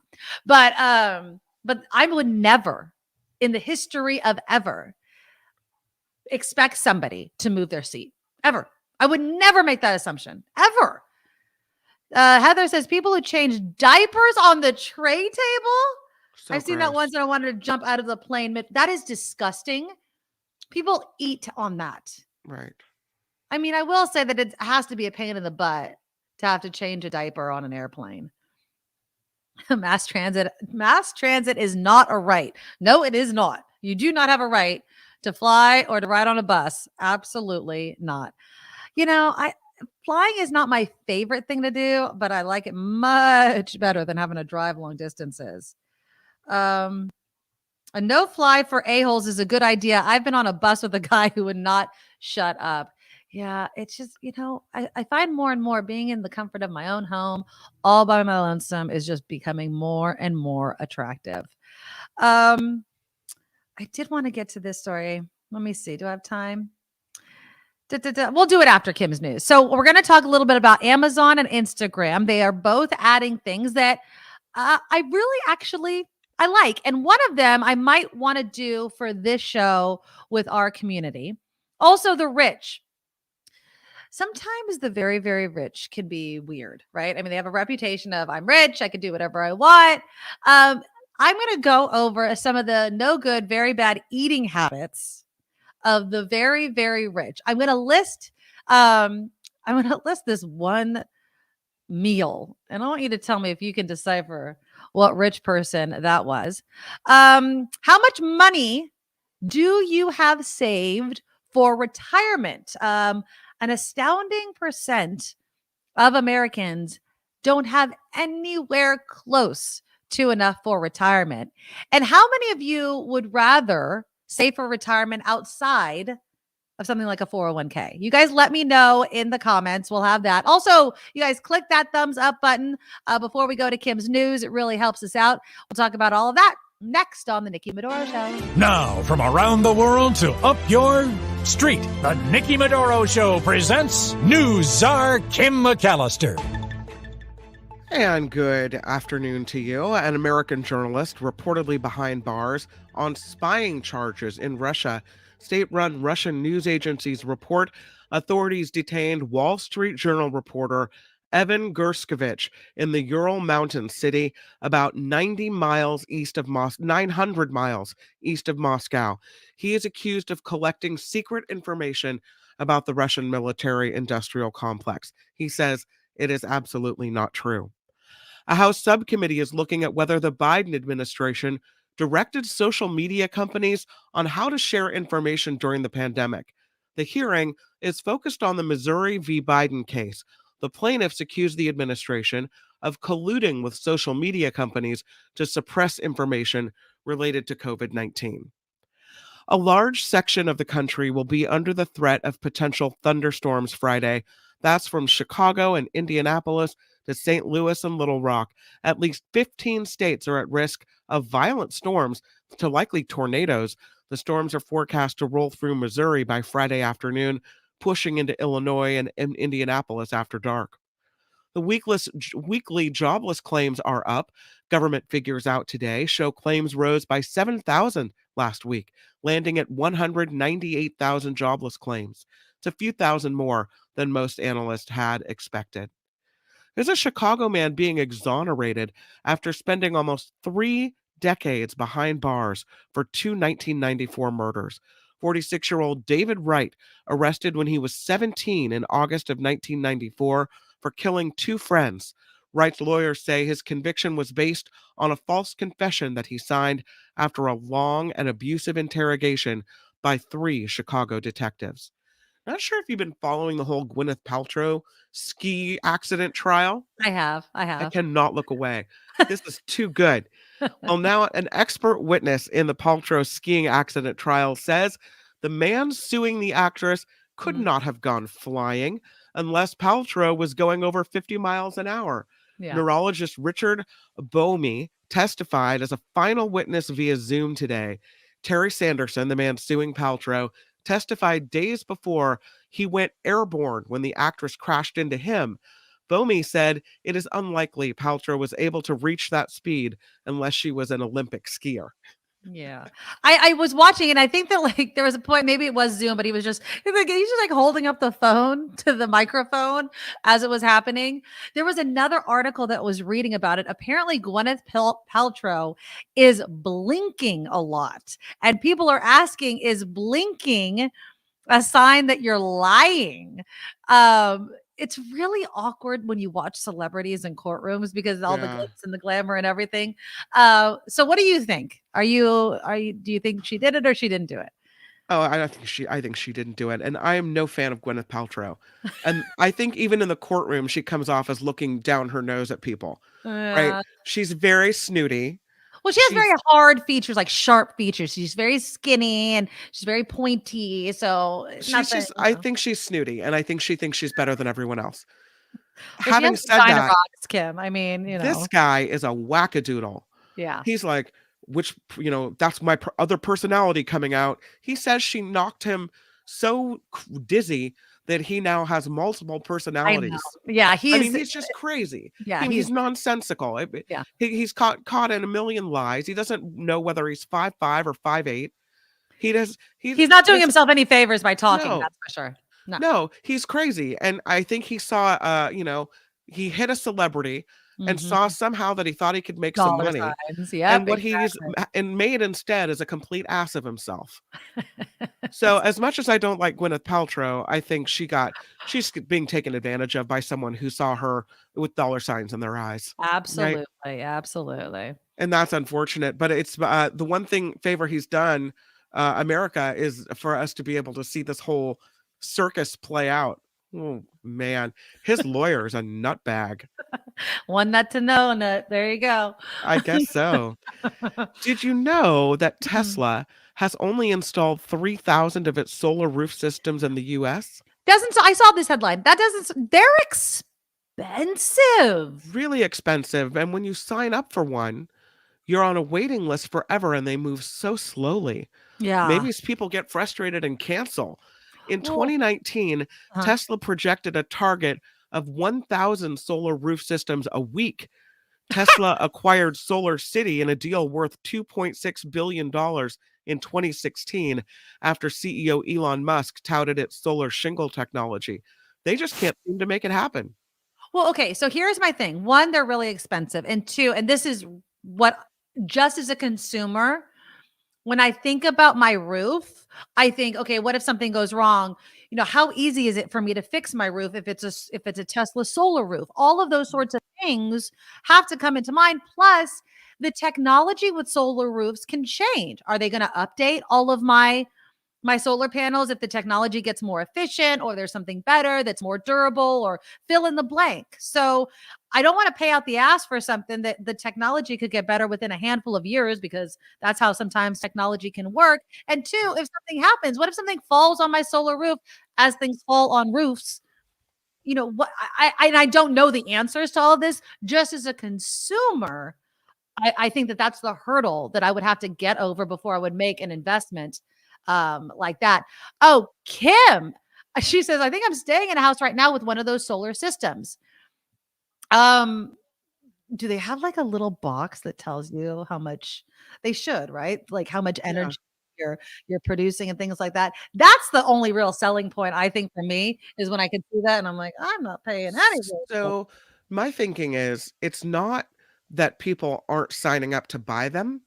It's that they can't get it together enough and they don't have enough staff and they don't have enough stuff or product to be able to sell as many as they projected to sell. And I say that because my sister signed up with Tesla to get their solar panels and their solar, box in the garage and whatever else. Right. It took them more than 6 months with multiple mistakes. When they said they would show up, they didn't. Over and over and over again. It was like a comedy of errors. So I think they don't have it together. I think that's why they're not selling as many as they could be. That's interesting, though. So while you were talking, I was Googling the Powerwall, which I am more interested in. And they seem to get it together that way. So they have sold more than 250 Powerwalls globally, that is. 250,000? 250,000. Okay. And that's since 2015. I don't know how old this article is that I'm reading right now. This article came out. This came out this month. So Tesla has sold 250,000 Powerwalls globally. It's a great battery. Unfortunately, they're expensive, and the Powerwall is no exception. Installations go over the $10,000 mark. That's a lot. I'm whether they have the staff to do it, that makes me wonder. Maybe Elon Musk is pulling back because of the whole Twitter thing, and he's losing $22 billion on his purchase of Twitter, so he's looking to cut corners in other areas. I have no idea, but sometimes you would think that being on a wait list kind of drives up demand because they're like, oh, I can't get it. I want to be on the list. I don't know. Well, if you're on the list for a really long time, there's another one that Tesla hasn't sold. I mean, 3,000, that's it? Yeah, that's not that many. I do want the Powerwall, though. I've seen, especially with like the power outages that we've had and just that whole sort of thing, but I rent. I'm not getting a Tesla Powerwall. No, you're not. Anytime soon. Sorry. Oh, well. Google is reorganizing its assistant team to focus more on the company's new artificial intelligence chat technology, Bard. In a memo to employees on Wednesday titled Changes to Assistant and Bard Teams, employees were told to prioritize Bard.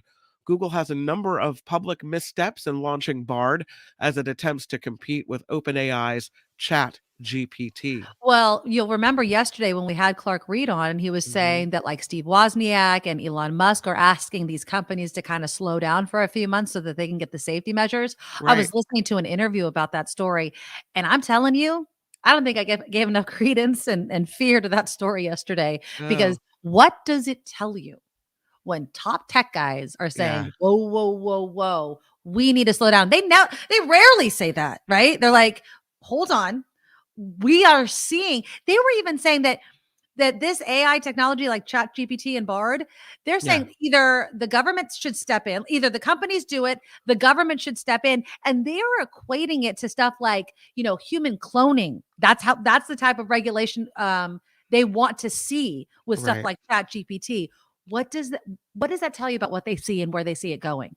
That's scary. Listen to them. We need to listen to them. Right? That's just, So I'll be paying close attention to that, because that's, just because we should doesn't mean or just because we could doesn't mean we should. That's all I'm saying. Apple announcing its big annual conference. The WWDC will be held June 5th through the 9th. It is expected that tech giant will reveal its new VR headset. Did you know Apple's making one too? Apple typically unveils the new iPhone, the iPad, the Apple Watch, the Apple TV, and Mac software at that event. So we'll see how it goes. And lastly, I know how you love your fast food. McDonald's, Mickey D's, rolling out a new dessert exclusive, though, to Hawaii. So you'll have to go to the island. Well, I'm going this summer, so I'll go. Okay, what? The new guava and cream pie joined the menu on Tuesday. It's available at 73 McDonald's in Hawaii for 6 weeks or while supplies last. These tropical-inspired pies are filled with a sweet, tangy guava filling and a creamy vanilla custard.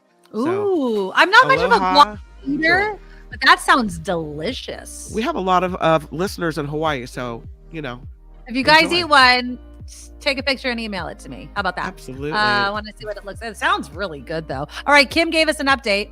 And she says they don't. Kim McAllister on the Nikki Medoro Show. The end. McAllister, there you Sayonara, go. sucker. Kim Schaffer, who is an amazing person, is updating us on the Powerwall. So she's in a house that apparently has the solar panels, the Tesla ones. I don't see any kind of meter on the wall, but they have the panels on the roof. They told me if the power went out, I wouldn't have to worry about it because the Tesla solar would kick in. And then she said, and the power did go out Tuesday morning with no interruption. That's why I want it.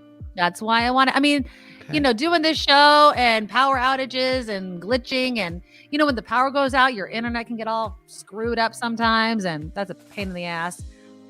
Oh, Natalie says you can get great guava finger pastries at Maloha's in San Jose. I think I know exactly where you're talking about. Natalie, are you talking about, I think it's is it near Bascom? I want to say Bascom and Meridian. Is that where it is? I think I know where you're talking about because I think they have empanadas there too. I want to say I could be correct, Natalie. You correct me if I'm wrong. Maybe I'll go there for Friday food. I'm always looking for things. Maybe I'll try the guava finger pastries tomorrow. It is on Meridian Avenue in San Jose.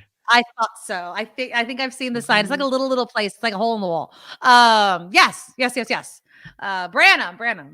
Branham and Meridian. There you go. I know where you guys are going. Okay, done. That's what I'll do for Friday food tomorrow.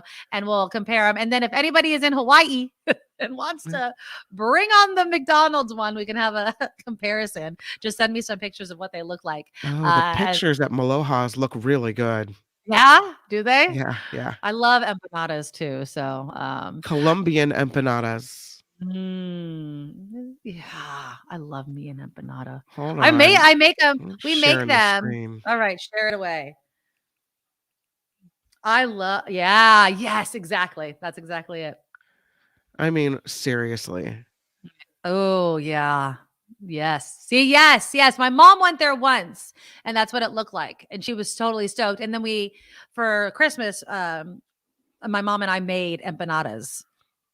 And I think I did it on the show. Remember, I had the shells delivered to my house. It was a whole thing. It was really, really, really good. Ooh, you can get a savory one too, it looks like. Oh, yeah. You can get savory, sweet, all kinds. They're just bomb. Look at that. That looks so good.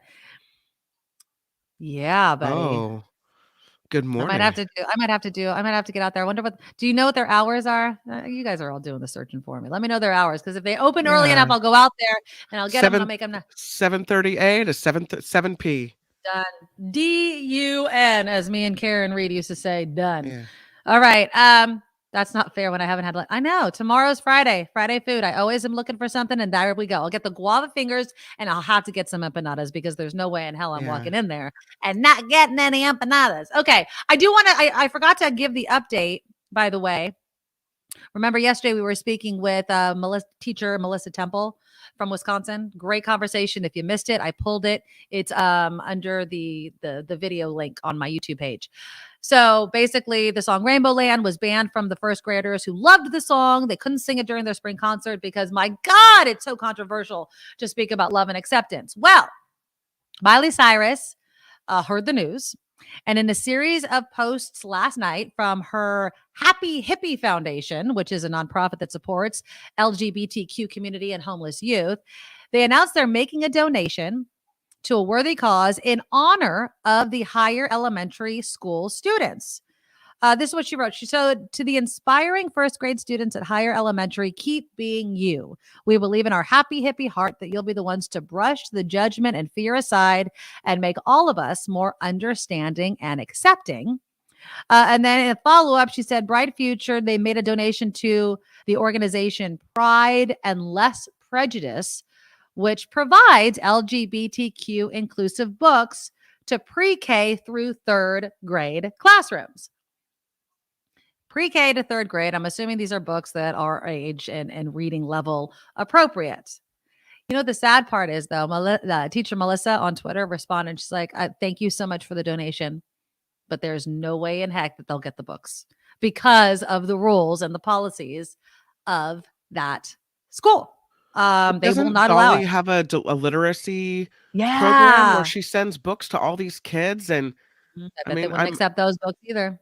I mean, I'm assuming they look through the books. are they somehow inappropriate or? Well, they're LGBTQ inclusive, Kim. That is controversial. You cannot have anything like that at the Wisconsin school, the higher elementary. It's part of their policy. It's How literally sad. written. I know. How sad to be so close-minded and then raise your kids that way. Exactly. And then you wonder why is there a mental health issue? It's because we're constantly doing this to kids.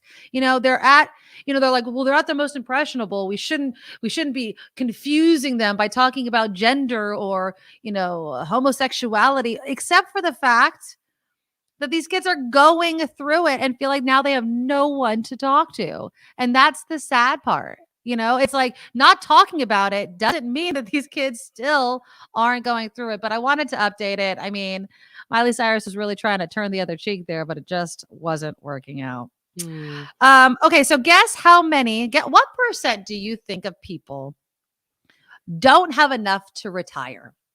What percentage of American people do you think? Say 45%. You're extremely low. It is nearly 78% no. of Americans. This is a Quinnipiac poll. Found 68% of Americans are either very concerned or somewhat concerned they will not have enough money to live comfortably during retirement. Let me know in the comments how many of you are either on the right path or are already there, have already done it, because I did the math. And let's just say, and I know that, yes, Al Anonymous was correct. Yeah, but so many of you, yeah, pretty much. You guys know we're not ready. So you're supposed to have, this is what they say. You're supposed, by the age of 60, you should have 5.5 to 11 times your salary saved in order to be considered on track for retirement. How many of you people are on that path? I'm not. So let's just say I never work again and it's just my husband's salary. We would have to have over $1 million. And I think that's I'm assuming that if it's for me, like for our family, it is just insane. Yeah, Eric writes, I don't think I could retire on $1 million here in California. I don't think so either. Unless you own your house. I think if you own your house and you don't have a mortgage, that would be the key. But I think that a lot of people retire with a mortgage or more than one mortgage, and that's what sends them over the top. It's just going to be hard for so many people. Let's see. The poll also found that this concern was shared across age groups. So if you think, oh, it's because I'm older, the younger people are better off. No. 35 to 49 and 50 to 64 both had 43% of respondents saying they're concerned they're not going to have enough money. 18% of people said retirement savings is their biggest personal finance concern right now. 18%. That's a little low in my opinion. 22% said economic conditions have caused them to delay when they can retire, including 32% in the 50 to 64. What was it? I think it was France was bumping up the retirement age, and there was all kinds of protests over it. From 62 to 64. It's a big deal right now. I will say this. Look, if we want to live longer, then we got to work longer. And I know that's a hard. My husband says. He says he'll be working until he's about 80 years old. Well, I don't want to work till I'm 80. But what I'm saying is, if you're going to bump it up a couple of degrees, a couple of years in age, there's a reason, because you're living so much longer. Right. And that's a good thing. I mean, it's great. But if you do, then you have to anticipate you need to work longer. I know that not everybody wants to do that, but that's what Ron says. He said, if you retire at 65, you could live another 30 years. Yes, you need about $3 million to comfortably retire. And that's not even overspending, right? Well, I mean, again, it matters. Do you own your home? And what are you doing when you retire? If your retirement is, I just want to babysit my grandkids, live in my paid off house and not travel too much, I bet you could. But if you want to live the lifestyle that you were before, like I'm retired now, I could travel, I could do all these, that costs money. And that's not like the price of that's going to go down. Perry Joe Jim Bob says, retired now. I have not started Social Security yet. Worried most about future health costs. Yeah. Healthcare. My mom is a nurse, and, obviously her retirement, she delayed her, getting her benefits, her retirement benefits, because it made such a difference by putting it off a couple of years. It just did. And they had to do Cobra, and it was expensive, but by delaying it, they got more, kind of per month. And that's how that worked. It's tough. OCB, if you're working and have a mortgage, it's better because of the interest deduction than paying off your house. I'm thinking you're talking about right there. Super Mike says, unless I win the lottery, I'm working until I know. I'm working until I die. Maybe I should buy a ticket. Well, yeah, if that's your retirement plan, my friend, you should probably play the lottery. Kathleen says, this is what happens when you don't have a retirement plan at your job. This IRA thing is a sham. What do you mean by it's a sham? And how many of you are looking at something other than a 401k, or I guess an IRA, a Roth IRA or something like that? Now, you should always, if you can get a Roth IRA, then an IRA, just to let you know, because you can pay the taxes in the beginning when they're lower than at the end when you want to pull it out. Ricky, 68, retired in Albany, renting, no bills, Social Security and the UC pension, and doing well with $900,000. Okay. You're renting and you have no bills, though. So besides rent, obviously. And the pension's nice, right? Smash the like with your cane. Exactly. Make sure you click that thumbs up button. Smash it, whatever. If you have a cane or just a thumb, I don't care. If you die rich, Chris says, you wasted your money. You know what I will also say? How quickly people, and I'm guilty, Kim, you're a parent as well, that you will delay or not put into a retirement plan, but you sure as hell are putting money into a college fund, right? It's true, because I feel like that's going to come first. But they could get, either scholarships, loans, they could pay out of pocket, they could work for their college. There's no loan for your retirement. There's no help that's going to come. And even if they took out loans, at least they can work longer. What are you going to do when you're old and you can't work and all those sorts of things? There's no loan for that. You should definitely be. I don't want them to be saddled with student debt. You're going to be saddled with your ass if you can't afford to live. True. I'm going to be living in the attic. Mom, go feed mom in the basement. Yeah. But it's true. I mean, it's kind of harsh to say, but you either saddle them with college debt, or you may saddle them with yourselves because you can't afford to live on your own anymore. So what do you want to do? I think for a lot of us that somehow managed to buy a home in the Bay Area, it's almost like it's your built-in forced savings account, right? Yeah, and someday you might have to sell that house and cash out and hope that it's still worth a mint so that you can move somewhere else, buy something little, and live off that money. I think a lot of other people also bank on the fact that they'll get some type of inheritance from their parents, and that may not always be the case. No, I've told my parents this, and knock on wood, and I say this all the time, and I like saying this because I'm hoping I just put it out into the universe. I feel like the way that my parents are going, I will be close to retirement before they pass. I'm not even kidding. They're very healthy people, knock on wood. They just are. And not only that, my parents are 10 years apart. So if it goes just by age and my father passes first, so my mom, you know what I mean? She's not handing over any sort of inheritance until she's done, right? So, and I want it to be that. It would be a joy of mine to retire and still have my, one or both of my parents, right? I mean, that would just be awesome and really awesome. But that's kind of a long shot, but they're really healthy people. So Ron's got an interesting idea. He says, buy a single-story home, convert it to an elderly facility, so it's paid off when you move in, and you get the primary bedroom. There you go. There you go. Become a business person for older people. I'm telling you, it's something we need to think of. I have a college savings account for my kids that I have continued to.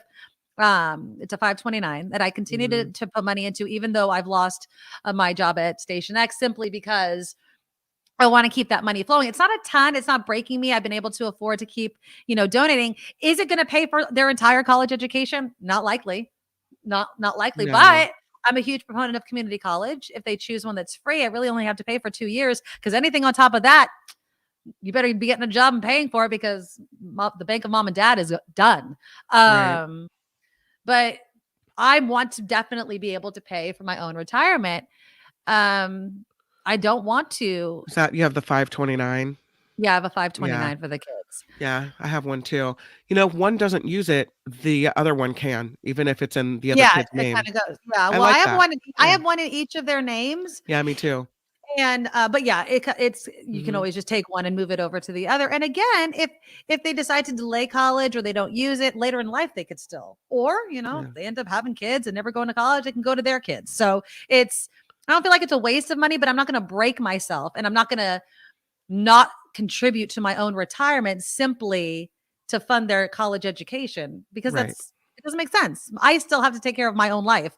My life isn't over just because I had kids. You know Well, what you I'm don't saying? want to be a burden on your kids either. Oh, I do though. That I do want to be. Just I in have a different friend type of going way. through it right now. Oh, really? Her mom doesn't have enough to live in this house because the landlord's raising the rent.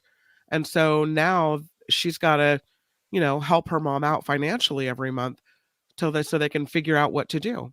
So yeah, I mean, I'm lucky that my parents had it all figured out, but I think a lot of people don't. They go into retirement like, uh-oh, now I'm physically unable to work and I don't know what to do.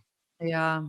It's tough. M. Oak says, Nikki, I'll retire next year after a new roof. Only reason I'm working now. Working since 14. Looking forward to it. Already have had job offers when I leave my current job, saving SSI for a while. Awesome, M. Oak. Yeah. I mean, that's the way to do it. I mean, being prepared. And you know what? I'll also say this. It matters kind of the cards you're dealt as well, right? I mean, because some people I've planned, I've done X, Y, and Z. And then what if a health issue comes? Right. What if there's a natural disaster, right? I mean, life happens and you could prepare only if all of these things line up the way they are. And so sometimes you think you're doing everything right and it happens. Karen wants to work until she's 72. I guess if you want to, and I'm not saying this, I want to, as far as retirement, doesn't mean you're never working or bringing in any money. You're just doing something you don't have to do, right? I would think that's the joy. Yeah, Eric says for lots of people, it's work till you die. Or work till you, as long as you can, and as long as someone's going to hire you. That's the other thing. You can try. You're like, I want to work. I just can't find a job. OCB says, I personally invested because I can't rely on my 401k. Yeah, a lot of people are very concerned. It's tied to the stock market. We remember what happened during, the Great Recession. People wanted to retire and then they had their 401k plummeted. Karen says, we have someone here at my job who is 77 years old and working. Do you mind telling me what kind of job they do at 77? Oh, she works remotely. There we go. I mean, I guess if you can work remotely and it gives you something to do, if you enjoy it, is it sad? Is it sad? 77 though? You'd hope you could just, I don't know, walk your dog or do something like that. Neiman, I'm 73 and still working. What do you do, Neiman? Is it hard? Do you want to be? Because sometimes people are like, I want to work because what else am I going to do? Right? If someone's going to pay me and I enjoy it. 73, doing a little news on the Nikki Medoro Show. You better believe it, sister. There you go, my friend. There you go. All right, let's do some headlines. But I could be. I could be. There you go. I'll save the tape. How about that? The tape, the video. How funny. All right, let's do some headlines. And then I'm going to give some shout outs because I have a couple of shout outs to give. Again, the super chat is live. If you want to throw some dollars, just look for the $sign underneath the comment box where you all are sending in your thoughts. We'll read them on the show. Also, the Nikki Medoro Show. .com, the Nikki Medoro Show.com is where you can donate to our Patreon. I have some of you that are donating while the show is live, which is amazing, and also bumping up your donations as well, which I truly do appreciate. All right, here's Kim with some headlines. Now, from around the world to up your street, the Nikki Medoro Show presents News Czar Kim McAllister. Here is the latest news at this hour. Parents and students are demanding stricter gun laws at Tennessee's state capitol. This after the latest mass shooting at Nashville's Covenant School this week. There are hundreds of parents. There are community groups. They are all urging legislators to act and try to stop future incidents from happening. Their goal is to protest before Tennessee's House floor session for common sense gun laws. The Pentagon is extending its condolences for families of the American soldiers who died in a helicopter crash in Kentucky. Speaking at a briefing, Pentagon Press Secretary Pat Ryder said 9 U.S. Army soldiers died when 2 Black Hawk helicopters crashed last night. Those helicopters were going through planned training flight operations when the incident occurred. An aircraft safety team will now start an investigation later today. The Pentagon Press Secretary extending condolences. FBI documents say the alleged gunman in the 2017 Las Vegas shooting was motivated by his anger at casinos. A man opened fire, you may recall, at the Country Music Festival, killing 60 people. That was in October of 2017, and it was the deadliest mass shooting in the U.S. The shooter was an avid video poker player who visited the Tropicana Las Vegas about once every 3 months and lost $38,000 during a stay weeks before the incident. Another gambler told the FBI the gunman was displeased by the way casinos treated him and the other high rollers. Are you serious? That's the excuse that they're saying? Right. Wow. Angry over the way casinos insane. treated him and then killed 60 people because of it. Oh my God. That's nuts. I mean, what is the thought process? You treat me this way, look what I can do to you. But I mean, I'll ruin your reputation. I'll make it so no one wants to come here. Yep, like that worked. But like No. that's literally insane. That's insane. Yeah. Crazy. Agree. Gwyneth Paltrow's ski crash trial jury is now deliberating. The 2-week trial regarding a 2016 collision involving Paltrow and the Utah retiree Terry Sanderson moved into its final stage this afternoon in Park City. Sanderson, looking for $300,000 for the crash, he says left him with 4 broken ribs and a traumatic brain injury, including multiple personalities.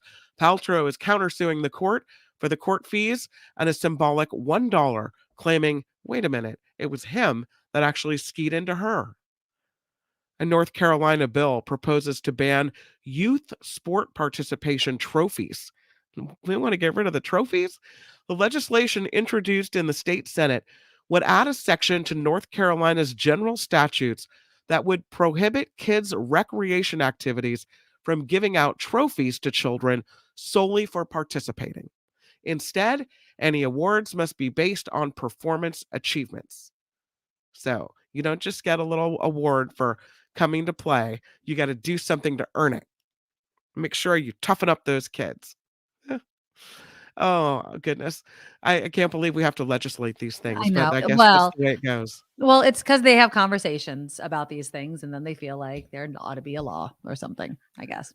The prescription treatment for ADHD surged during the COVID pandemic, partly among adults. A new CDC report shows more than 4% of the children and the adults had a prescription filled for a stimulant in 2021, compared to 3.8%. The study comes while common treatment Adderall has been in shortage for months. So I guess more people realized maybe they had issues while they were trying to focus at home and work or do school. And so more or be people a teacher or do all kinds of things, right? Yeah. Yeah. And lastly, authorities say a man who is accused of robbing 4 banks was tracked down by police after leaving a note. Colin Love Jr. allegedly robbed the banks with an accomplice, Laurente Hill, in February. Police said Love went into the Community Choice Credit Union, gave the teller a note demanding money, and then fled on foot. Investigators discovered Love wrote the note on one of his paycheck stubs, which eventually led to his arrest. What? Dumbass. I mean, that's just whatever. I mean, I'm glad they caught him, right? You're that stupid. You deserve to be behind bars. I'm Kim McAllister on the Nikki Medoro Show. Yeah, that's hilarious. That's hilarious. All right. I do want to say thank you. Some of you are donating to our Patreon as the show is on. You're hearing the sound of my voice and you're doing it. So let's welcome Linda A. She is a new Medorable. Just became a Patreon subscriber. Who else did? Linda R. There's another Linda. Linda just also became a Patreon subscriber. And then Ivan bumped up his Patreon from $50 to $20. Thank you guys so very much. Again, here is the show's website, thenikkimedoroshow.com, and that is the link. That's where you go for the link to become a Patreon supporter. I'm adorable, as I say. All right. So let's get into a couple of headlines before we end the show. I did want to touch on Amazon news and Instagram news before I get to the fun one. So Amazon, I like this idea. It is introducing kind of these flags that will let people know if a product is returned all the time. Okay. So, obviously, they don't want people returning packages all that much. So apparently there'll be a warning on some products before they purchase that says, people that keep purchasing this keep returning it. Which means it sucks and you don't want it. So why don't you just pull it off the shelves? That's what literally I was going to say. I'm like, okay, so if there is a product, I would say this. I like the idea because it lets the consumer know and any information that's that they don't have to dig for, right? I don't have to go through all the comments and everything like that to decipher whether or not a product is good or not. But the fact that it reaches a level of Amazon flagging it, I would say give a warning to the seller. Like, look, we can't have this on there. It keeps getting returned because it's wasteful. Right. Between the delivery trucks, the boxes, the packaging, all that kind of nonsense. We should reduce that as much as possible. Well, yeah, it's costing them. It's costing. And it's taking up space in their warehouse or whatever. So no. Well, if you it's also a heard that get rid of it. Get rid of it. But you also heard that Amazon is now you have to spend a certain amount to get like the free shipping and 2-day shipping and all that kind of stuff as they bump up the price. Even if you have Prime. Even if you have Prime. Oh, I don't like that. Yeah, I'm pretty sure. So I believe you have to spend like 20 something or 30 something bucks for it to take place, or you have to pay. I mean, they just want to, I get it. They're like, look, stop buying $2 items and having it delivered. And then the next day buying a $5 item and having it delivered because it is wasteful. It's not good for the environment or anything like that. But they keep raising the price of Prime where I don't know if it's necessarily worth it anymore. If you compare it to just put a bunch of stuff in your cart, get it delivered and do that. Let me look it up because minimum purchase for free shipping. Yes, I'm correct. Yeah. Amazon, that's Amazon Fresh. You have to spend at least $150, but Amazon has raised its free shipping threshold. Oh, this is for non-Prime customers. You're correct. Mm-hmm. Yep. You're correct.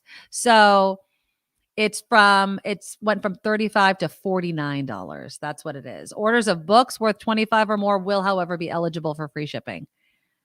There we go. But Prime costs have been going up a lot lately, and that's been driving me nuts. So did you get the story I sent you yesterday regarding Amazon? I love this story so much. Love it so much. And I have to, it might be old, but oh my God, I thought it was so funny. Okay. Can I play this? Please. But I want to play something that has it's got swearing in it. Well, and Ngaio already swore it on the show, so it's fine. He swore, yeah. Okay. So this is, let me see if I can get it up if you know what I'm what I'm saying. But I'm pumped.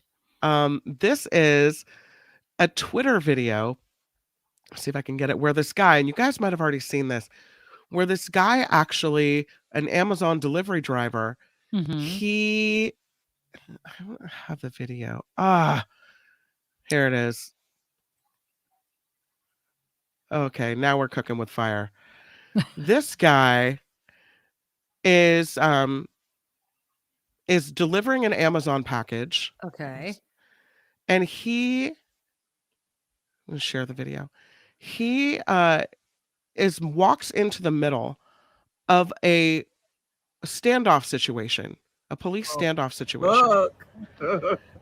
And there's the Amazon delivery guy. Amazon. Amazon don't play. That is so funny. Oh my God. They're like, yo, we know that it's important to make your deliveries, but and the cops are like, yeah, no. What are you doing? Get out of there. And he takes the picture, like, I've delivered it, passed it off to the cop. But I mean, Amazon is this shit. Look, he's taking a picture. It made it there. Don't come at me. Don't give me a bad review. I don't want to hear from Amazon. I made that delivery. It's your fault. I mean, look at how calmly he's walking out of there. There's cops everywhere. It's a standoff situation. Bullets could fly at any moment. That is and this so guy's funny. like, just kind of, look at he's so calm. There you go. You know, through rain, sleet, and so exactly. So the comments were hilarious. They were everything from like he's wearing the bulletproof Amazon vest to, but officer, they paid for priority shipping. Yeah, you there know, you just, go. Just funny. Hold on, I was right. I was right, by the way, about Amazon. Okay, it is for Prime members. It has hiked the Prime subscription by $20. It's now $139. And you can get quote unquote free same day shipping for Prime members, but it's only free on orders of at least $25 and it costs $2.99 when orders fall below that. I thought I was right. Yeah. Amazon. So you have to spend more than $25 and then it's free? Yes. And then Amazon also raised the minimum threshold for free Prime shipping from online grocery stores from $1 to $150 from $35. So it used to be $35. Now it's $150. So this whole idea, and I will tell you this, even before all this, that 2-day free shipping, it was not 2 days. Like sometimes they're like, oh, it's not going to come in 2 days. No. And you know what? I'm fine with it. Yeah, I think that Amazon, they kind of messed everything up. They made us depend on this crap for too much. And it's leading to more packaging and all sorts of things like that. So I don't have too much of a problem with that. I do think that it'll benefit all of us. I just don't like them raising the price of Prime. Give me a break. $139. Yeah. Sheesh, as OCB says. Okay. I have time to do this one last thing. What do you eat for breakfast, Kim McAllister? Often nothing. Okay. What do you eat if you have to eat breakfast or if you are going to eat breakfast? Usually if I eat breakfast, it's because it's a weekend and we're going out as a family. Mm-hmm. Okay. And so I like to order like a skillet breakfast with scrambled eggs and bell peppers and that sounds good. Maybe a little sour cream. You know. Fortune did an article about the weird eating habits of very, very rich people. Jeff Bezos, speaking of Amazon, revealed that for his first meal of the day, he ordered, and this was called Tom's Big Breakfast, Mediterranean octopus that included potatoes, bacon, yogurt, and a poached egg. Apparently, Bezos declared, "You're the octopus that I'm having for breakfast. When I look at the menu, you're the thing I don't understand, the thing I've never had. I must have the breakfast octopus." Oh. Yeah, I don't think I could have octopus first thing in the morning. Anything in an omelet, just throw it in. No, that's not good. Did you know that Elon Musk is not particularly healthy?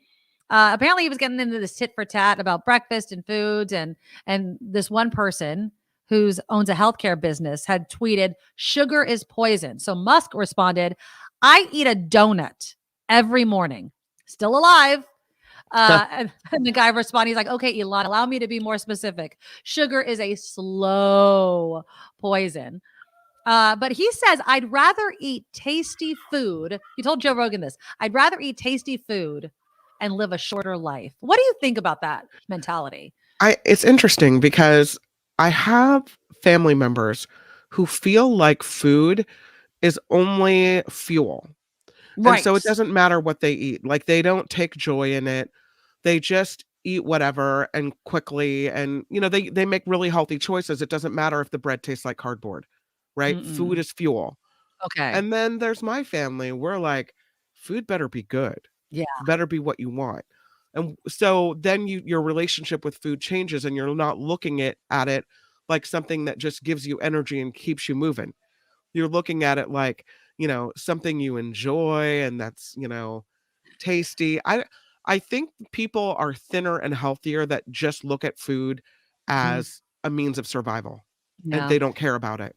Yeah, that's not me. I need to. I wish I could be that way though. I wish I could. No, I kind of, I'm not totally subscribing to the I'd rather die early and eat tasty food. I think there's balance, right? Right. But no way do I want to go down the path of looking at food only as fuel. No, I want to enjoy life. I think that Like, again, remember that Ma's Kitchen that I had when we went to Universal Studios? I'm still dreaming. I went yesterday. My husband and I took the kids. My husband got a promotion, so we went out to dinner. Hey, congratulations. I wanted soup. We needed that money at the Medoro house, let me tell you. I wanted soup. I specifically wanted either clam chowder or French onion soup, and I could not find a place. But I found this one restaurant, and I thought that they had a big menu and it was going to include clam chowder, and it did not. So we were kind of disappointed. But my husband looked at me and he got linguine and clams. And I was like, how was it? And he said, it's not as good as Ma's Kitchen. I'm telling you, once you have meals like that. And that's what I'm saying. Like, you want it to be good. Like, I'm not going to be like fuel. But one more person I want to mention, the Richie of the Rich, Warren Buffett. I love this quote he gave to Fortune. He says, I'm 1/4 Coca-Cola. He drinks at least 5 12-ounce cans of Cokes every single day. The first can is consumed with a tub of potato sticks. You know, those shoestring potato sticks. Yeah. He eats a whole can of that. He likes to sometimes switch up his routine by substituting that with a bowl of ice cream instead of the potato sticks. How old is he? Warren Buffett, he's old. I don't know. He doesn't have his age right. Seems to be working for him. Well, that's what he said. He says, one time Bill Gates said he had Warren Buffett over at his house, and he got up and opened Warren Buffett did, opened a package of Oreos to eat for breakfast. One of our kids immediately demanded they have some too. So he set a poor example, but this is what Buffett says.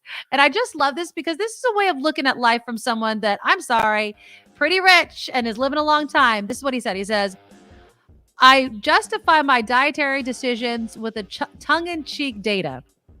I check the tables, and the lowest death rate is among 6-year-olds. So I decided I was going to eat like a 6-year-old. So there you go. Hey, you know what? If you have that much money and you've lived that long of a life, do what you must. Exactly. All right. Before we end the show, please click that thumbs up button. Tomorrow is Friday. I'll reach out to Steven Espanola. Maybe he'll come on and play some ukulele music, but we will definitely do Friday food. I'm going to go visit Milojas, and I'm going to get some empanadas and the guava fingers, and I'll tell you how they are. I'm assuming they're going to be good because my mouth is already watering, and I absolutely love it. I love it. So yeah, if there's anything else you guys want me to try, though, let me know. I love Friday food segments, and it's the best. It's the best, and I love to try things and make things. I was going to try to make French onion soup, but now that we had the Home Aloha conversation, I'm going to do that. Thank you to everybody that has donated to my Patreon. PayPal is also another way. There's the email address, thenikkimedoroshow.com at gmail.com. Is the email, thenikkimedoroshow@gmail.com. Thenikkimedoroshow.com is where the Patreon link is. I appreciate you all, Kim. Thank you so much for toughing it out with that cold that you have. You sound very, very sexy. Everybody loves it. Until tomorrow, bye-bye. Nikki, you're all so awesome. You're proud, like a beautiful blossom. You're also the best. I really can't rest. You're all so awesome. Wow. Okay.